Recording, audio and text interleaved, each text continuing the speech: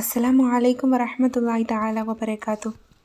വനിതാ നിലാവ് ഖുർആനിക് സൊല്യൂഷൻസ് എന്ന ഇസ്ലാമിക് ചാനലിൽ ഇന്ന് നമ്മൾ നോക്കുന്നത് പോരിശയേറുന്ന ഈ ഒരു ശഅബാൻ മാസത്തിൽ നമ്മൾ കണ്ണീർ നിറഞ്ഞിട്ടുള്ള ആ ഓരോ ദുആകളും റബ്ബ് സുബ്ഹാനഹു വ തആല ഈ ഒരു മാസത്തിൻ്റെ ബറക്കത്ത് കൊണ്ട് തന്നെ ആ കണ്ണീരിൻ്റെ മഹത്വം കൊണ്ട് നമുക്ക് എല്ലാവർക്കും സാധിപ്പിച്ചു തരും.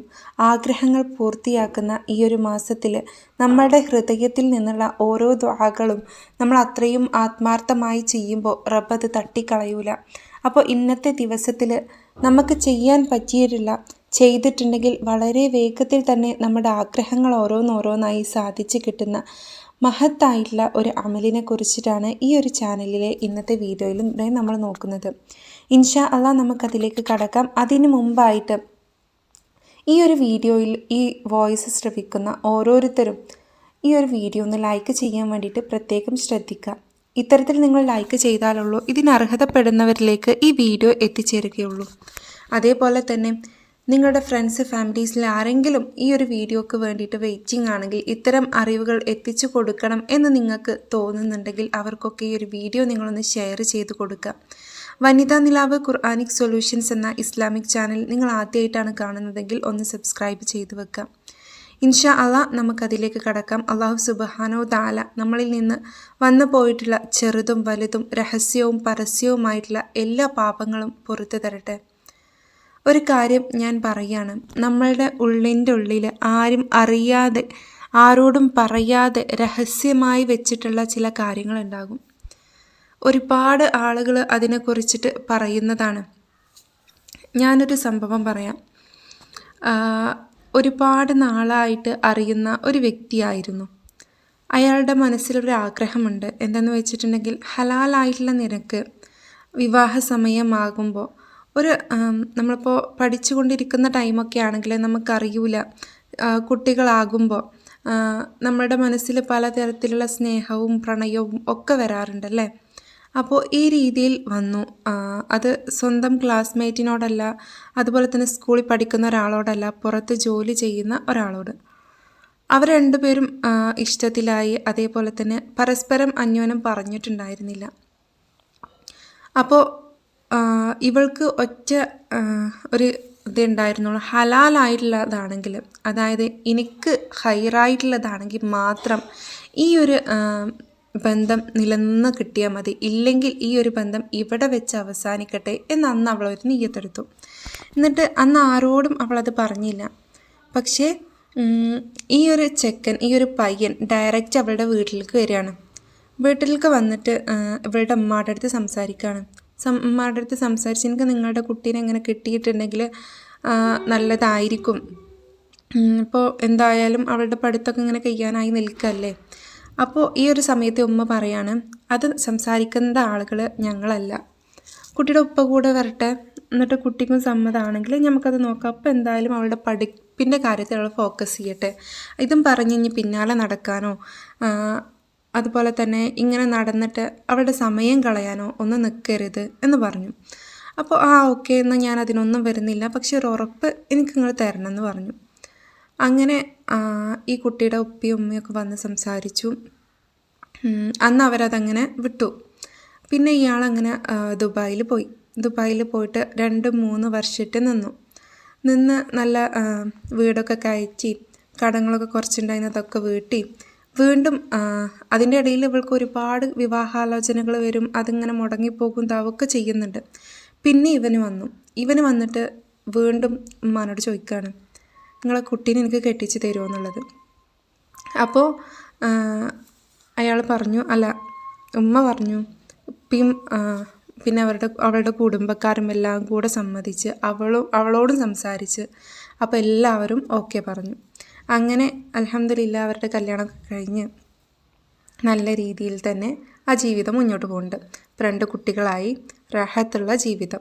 അപ്പോൾ ഈ ഒരു സമയത്ത് അവൾ പറഞ്ഞൊരു കാര്യമുണ്ട്, എൻ്റെ മനസ്സിൽ അന്ന് ഒരാഗ്രഹം ഉണ്ടായിരുന്നു, ഇത് ഹൈറായിട്ടുള്ളതാണെങ്കിൽ ഇതെനിക്ക് തന്നെ വേണം, മറ്റൊരാൾക്കും അല്ലെങ്കിൽ എന്നിൽ നിന്ന് തട്ടിത്തെറിപ്പിച്ച് കളയാതിരിക്കട്ടെ എന്ന് പറഞ്ഞിട്ട് ഞാൻ ഒരുപാട് തവണ ചൊല്ലിയിട്ടുള്ള ഒരു കാര്യമാണ്. എന്തെന്നറിയോ, നമ്മുടെ സുബ്ഹാനല്ലാഹ് ഉണ്ടല്ലോ, സുബ്ഹാനല്ലാ എന്നുള്ളത് 1,00,000 തവണ നീയത്ത് വെച്ച് ചൊല്ലി.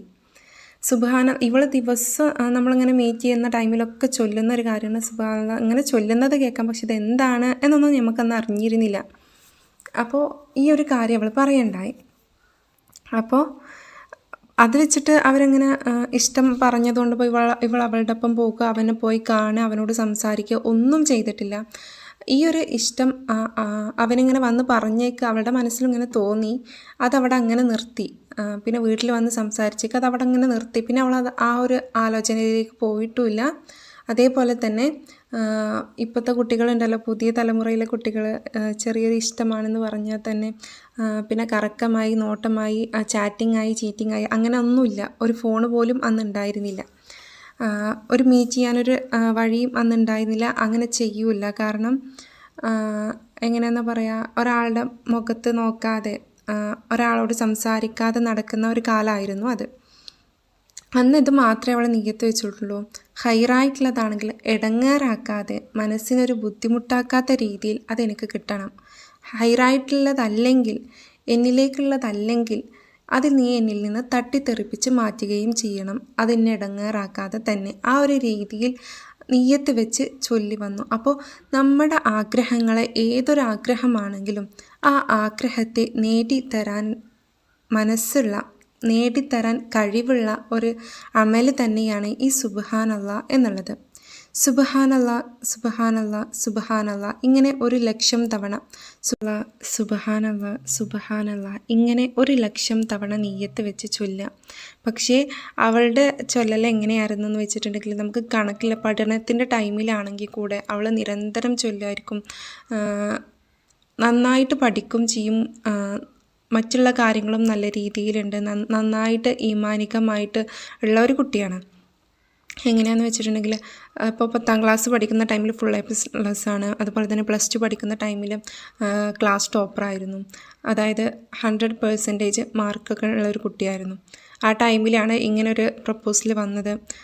ആ ടൈമിൽ അവൾ മനസ്സിലിങ്ങനെ വെച്ച് കൊണ്ട് നടന്നു എന്നല്ലാതെ പിന്നെ അതിനൊരു ഗൗരവം കൊടുത്തിട്ട്, അതായത് അതിലേക്ക് മാത്രം ഫോക്കസ് ചെയ്ത് പഠിപ്പിനിട്ടില്ല.